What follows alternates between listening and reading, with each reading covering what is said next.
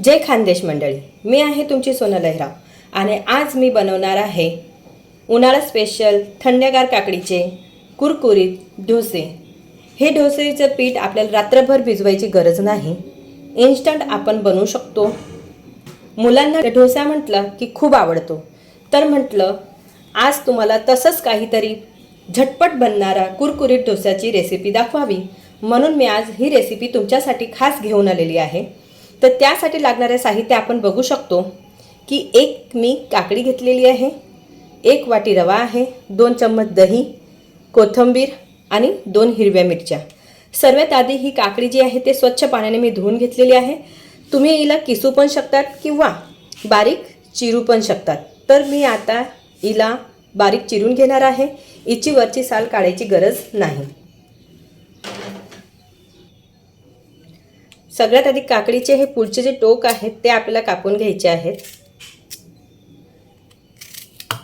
त्यानंतर आपल्याला याला बारीक स्लाइस मध्ये कापून घ्यायचे आहेत। डोसा म्हटलं की आपल्याला लगेच लक्षात येतं की बाबा तांदूळ भिजत घाला, डाळ भिजत घाला, रात्रभर दिवसभर भिजत घाला, संध्याकाळी वाटून घ्या आणि परत रात्रभर त्याला फॉर्मेट करण्यासाठी ठेवा आणि तेव्हा ते कुठेतरी दुसऱ्या दिवशी त्याचे डोसे बनतात। तर आपल्याला इथे असं भिजवण्याची काहीच गरज नाही आहे। आपण रव्याचे झटपट बनणारे असे हे डोसे आहेत, जे तुम्ही मुलांना ब्रेकफास्टला, नाश्त्यालाही तुम्ही देऊ शकतात। आपण काकडीचे असे बारीक तुकडे करून घेतलेले आहेत। आता आपण मिक्सरच्या मोठ्या भांड्यामध्ये याला दळून घेणार आहोत। सगळ्यात आधी आपण मिक्सरच्या भांड्यामध्ये हे जे 1 वाटी रवा घेतलेला आहे तो 1 वाटी रवा टाकून घेणार आहोत। त्यानंतर दही घेतलेली आहे, ती दहीही आपण टाकून घेणार आहोत याच्यात। कोथिंबीर धुवून घेतलेली आहे, तिलाही आपण असं थोडं जाड मोठी कापून घेणार आहोत। हिरव्या मिरच्या घेणार आहोत आणि नंतर बारीक चिरलेली आपली ही काकडी पण आपण टाकून घेणार आहोत। तुम्ही कोथिंबीरच्या जागेवरती पालकही घालू शकतात। माझ्याकडे आता पालक नव्हतं म्हणून मी कोथिंबीर घातलेली आहे। जर तुम्हाला कोथिंबीर घालायची नसेल तर पालक घाला किंवा पालक घालायची नसेल तर कोथिंबीर घाला, ऑप्शनल आहे पालक तर। आणि सगळ्यात शेवटी आपण याच्यामध्ये मीठ टाकून घेणार आहोत चवीनुसार।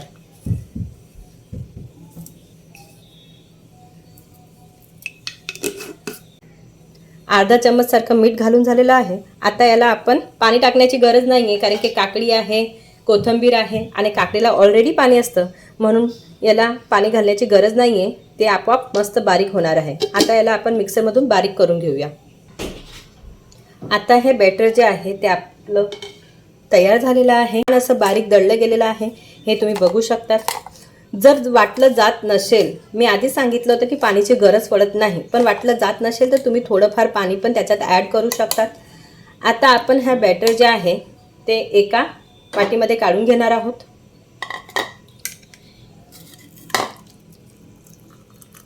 त्याचा रंग बघा किती छान सुरेख असं दिसत आहे। आता आपण हे बॅटर जे आहे थोडंसं घट्ट आहे, त्याला पातळ करण्यासाठी आपण मिक्सरच्या भांड्यामध्येच पाणी टाकून घेतलेलं आहे आणि थोडं पाणी ॲड करून घेणार आहोत। जास्त याला पातळ करायचं नाही आहे, याला थोडं थिकच ठेवायचं आहे, कारण की याला तांदूळ किंवा डाळ घातलेली नाही आहे, म्हणून याला आपल्याला जास्त थिकच ठेवायचं आहे, पातळ करण्याची गरज नाही। आता आपलं हे बॅटर बनवून तयार आहे।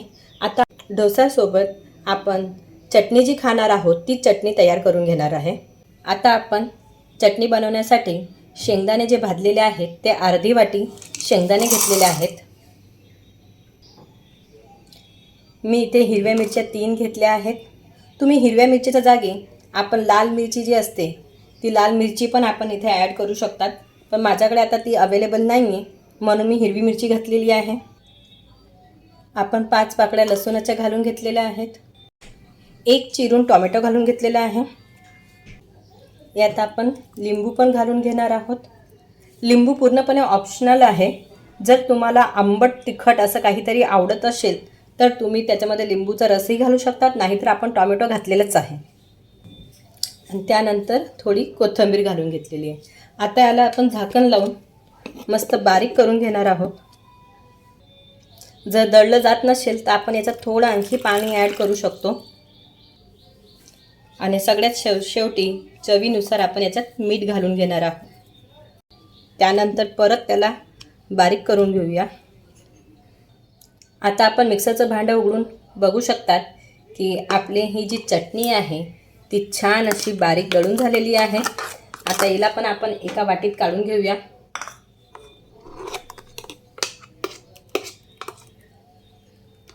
तुम्ही ह्या शेंगदाण्याच्या चटणीसोबत दुसरी चटणी पण बनवू शकतात, जसं की ओल्या नारळाची चटणी पण बनवू शकतात. पण माझ्या मुलांना ती आवडत नाही म्हणून मी ती नाही बनवली. माझ्या मुलांना ही चटणी खूप आवडते म्हणून मी ही चटणी बनवली आहे. तर तुम्ही ती पण ओल्या नारळाची पण चटणी बनवू शकतात. आता आपण चटणीला बाजूला ठेवून देऊया आणि आता डोस्याची तयारी करू. आता तवा जो आहे तो छान तपलेला आहे. त्यावरती आपण थोडं तेल घालून घेणार आहोत आणि त्या तेलला चारी बाजूला पसरवून देणार आहोत. अशा प्रकारे आपल्याला हे तेल जे आहे ते चारी बाजूला पसरवायचं आहे. गॅस कमी करायचा आहे.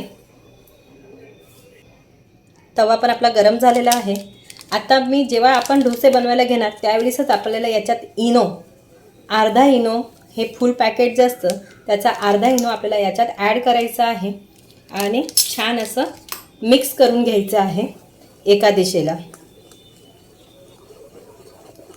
तर आता आपण छान मिक्स करून घेतलेले आहे. आता हे डोसे बनण्यासाठी तयार आहेत. आता आपण याचे डोसा बनवून घेणार आहोत.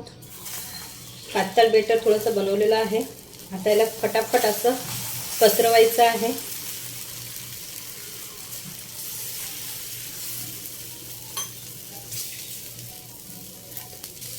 हे आपलं तांदूळ किंवा डोस्याचं पीठ तर नाहीच आहे. याच्यात ना तांदूळ आहे ना डाळ आहे, म्हणून हे अगदी आपले डोस्यासारखेच होतील तसं नाही आहे.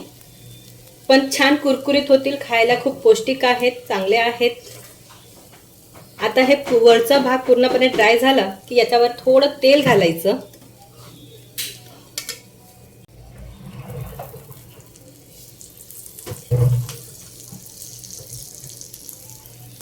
तेल पण छान असं पसरवून घ्यायचं आहे. हे बघू शकतात.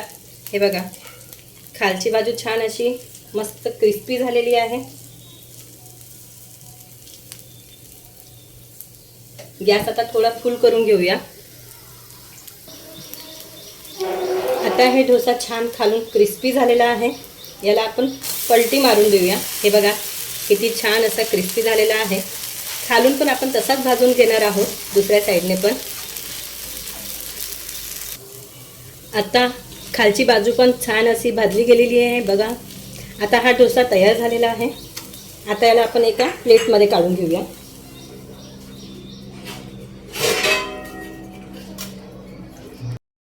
आता हे आपले काकडीचे डोसे जे आहेत ते तयार झालेले आहेत. तुम्ही बघू शकता की दिसायला किती सुंदर दिसत आहेत आणि चटणी ही खूप स्वादिष्ट आहे. हे डोसे जे आहेत ते आपण मुलांना टिफिनमध्ये ब्रेकफास्टलाही देऊ शकतात. पौष्टिक आहेत आणि खूप चांगले आहेत. जर तुम्हाला माझी ही रेसिपी आवडली असेल तर नक्कीच तिला लाईक करा, फॉलो करा, शेअर करा आणि कमेंट करायला विसरू नका आणि सबस्क्राईब करायलाही विसरू नका. धन्यवाद.